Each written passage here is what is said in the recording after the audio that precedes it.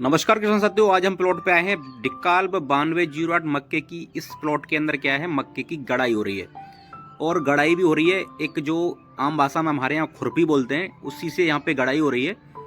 और आज इस प्लॉट के अंदर क्या है साथियों, मैं आपको लाइन से लाइन की दूरी कैसे कर सकते हैं आप, और दाने से दाने की दूरी आपको किस माध्यम से करनी है, वो सारी जानकारी आपको लाइव दिखा रहा हूँ। ये जो हमारे प्लॉट के अंदर क्या है, मक्के की जो सोइंग हो रही है, वो एक आसान तरीका दिखाऊंगा मैं आपको कि आप लाइन कैसे कर सकते हैं। बहुत सारे किसान भाई हैं करते हैं इस तरीके से। ये हमारे बाबा जी हैं, इनके खेत में मक्के की गड़ाई हो रही है अभी। और आज मैं लाइन काटने का जो तरीका है साइकिल के माध्यम से, बहुत ही आसान तरीका मैं आपको लाइव दिखाऊंगा इस प्लॉट के अंदर। इस विधि द्वारा आप अपने खेत के अंदर लाइन से लाइन की दूरी कीजिए, ठीक है ना। आप ये देख रहे होंगे, इस तरीके से आपको सबसे पहले अपने खेत में लाइन कर लेनी है। और इन्हीं पे ये जो लाइन की अगर मैं बात करूं तो पूरब से पश्चिम आप अपने खेत के अंदर आपको लाइन काटनी है साइकिल के पहियों के माध्यम से। ये सबसे देसी जुगाड़ है किसान भाइयों।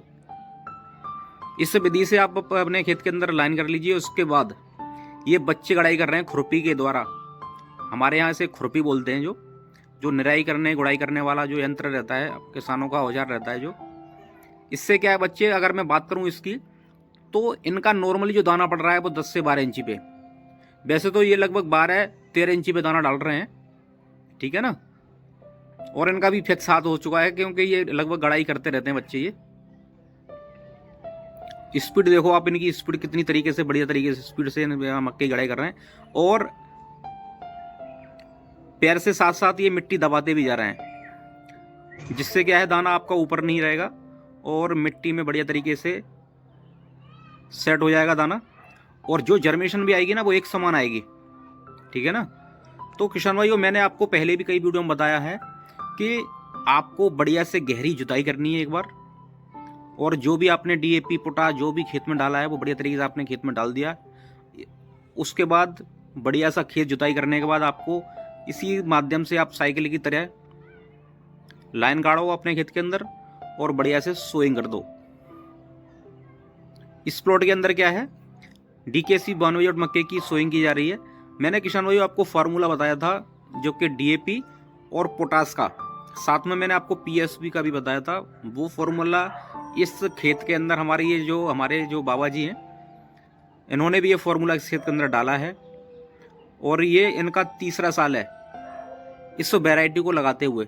मैंने बताया था कि आपको अगर डिकाल्ब 9208 वैरायटी लगानी है तो आप फरवरी मंथ में आप इसकी सोइंग कर दीजिए, ठीक है ना। वैसे लगाने को आप इसे 15 मार्च तक लगाइए, आपकी बढ़िया पैदावार करेगी। लेकिन जितना आप लेट होते जाओगे ना, उतनी क्या है वैरायटियों की पैदावार डाउन होती जाती है। उसका मेन कारण किसान भाई होता है कि जब मई और जून में और जुलाई में जाके जो गर्मी पड़ती है ना, तो उस टाइम क्या है, मक्का जल्दी पक जाती है, ठीक है ना।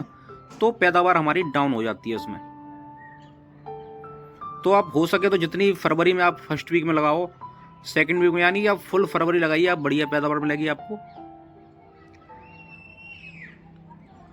ये प्लॉट आप बहुत बढ़िया तरीके से जुताई की गई है इस खेत के अंदर। और बहुत हमारे जागरूक हैं, मतलब ये जो हमारे बाबा जी हैं बहुत जागरूक फार्मर हैं।